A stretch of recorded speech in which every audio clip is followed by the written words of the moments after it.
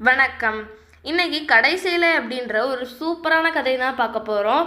இது ரொம்ப சின்ன கதை, ஸ்கிப் பண்ணாமல் கடைசி வரை பாருங்க. கடைசி இலை. அவள் ஒரு நோயாளி, மருத்துவமனையில் சிகிச்சைக்காக சேருகிறாள். அவள் மனதில் அணுவளவு கூட தாம் குணமடைவோம் என்ற நம்பிக்கை இல்லை. இதனால் மனமும் பாதிக்கப்பட்டுவிட உட்கொள்ளும் மருந்தினால் எவ்வித பயனும் ஏற்படவில்லை. ஆனால் அவளை பேணும் செவிலி பெண் மட்டும் நம்பிக்கையுடன் அவளை எப்போதும் ஊக்கப்படுத்தி கொண்டே இருக்கிறாள்.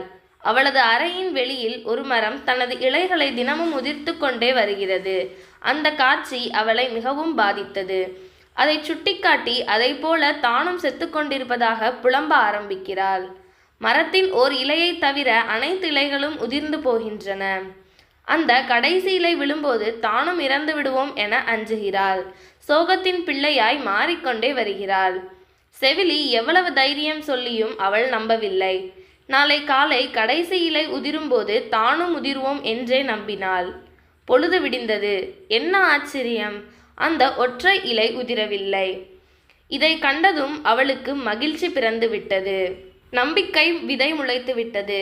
அந்த ஒற்றை இலை போல் தானும் வாழலாம் என எண்ண ஆரம்பித்து விட்டாள். மருத்துவரோடும் மருந்துகளோடும் நன்கு ஒத்துழைத்தாள். விரைவில் குணமடைந்தாள். அவள் வீட்டுக்கு செல்லும் நாள் வந்தது. செவிலி வந்து அவளை மரத்தருகில் அழைத்துச் சென்றாள். அந்த ஒற்றை இலையை பறித்து அவளிடம் தந்தாள். அது வெறும் துணியில் வரையப்பட்ட செயற்கை இலை என்பது தெரிகிறது. அதை அந்த செவிலி மரத்தின் கடைசி இலை உதிர்வதற்கு முன் ஓர் ஓவியனை கொண்டு வரைந்து இலையை மரத்தில் பொருத்தியிருந்தாள். அது அவளது நம்பிக்கையை வளர்க்கும் கருவியாக வெற்றி பெற்றது. பார்த்தீர்களா, நம்பிக்கை என்னென்ன செய்கிறதென்று. திடமான உள்ளமும் தன்னம்பிக்கையும் இருந்தால் உடல் என்ன, உலகையே வென்று காட்டலாம். இதை உண்மையென்று நம்புங்கள். உடலும் உள்ளமும் ஒன்றோடு ஒன்று தொடர்புள்ளவை.